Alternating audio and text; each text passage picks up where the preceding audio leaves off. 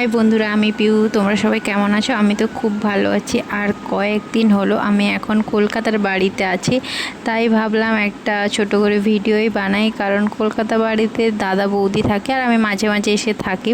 তো দাদা বৌদি তো কাজে চলে গেছে, আমি একাই বাড়িতে ছিলাম। আর যেহেতু একা বাড়িতে থাকি তো কিভাবে টাইম কাটাই, তো সেটাই তোমাদের সাথে শেয়ার করব। যেহেতু সকাল থেকে কেউ ছিল না, কি করব বুঝতে পারছি না সারাক্ষণ। আর আজকে কোথাও বেরানোরও ছিল না, তাই বাড়িতেই একা ছিলাম। তো মুভি দেখছিলাম, গান শুনছিলাম, এই করেই টাইম পাস করছিলাম। আর এই মুভিটা কি মুভি তোমরা যদি কেউ জেনে থাকো তাহলে কমেন্টে জানিও। আর এই দেখো, মুভিটা শেষ করে আমি ছাদে এসেছি এমনি একটু ঘুরতে, ভালো লাগছিল না।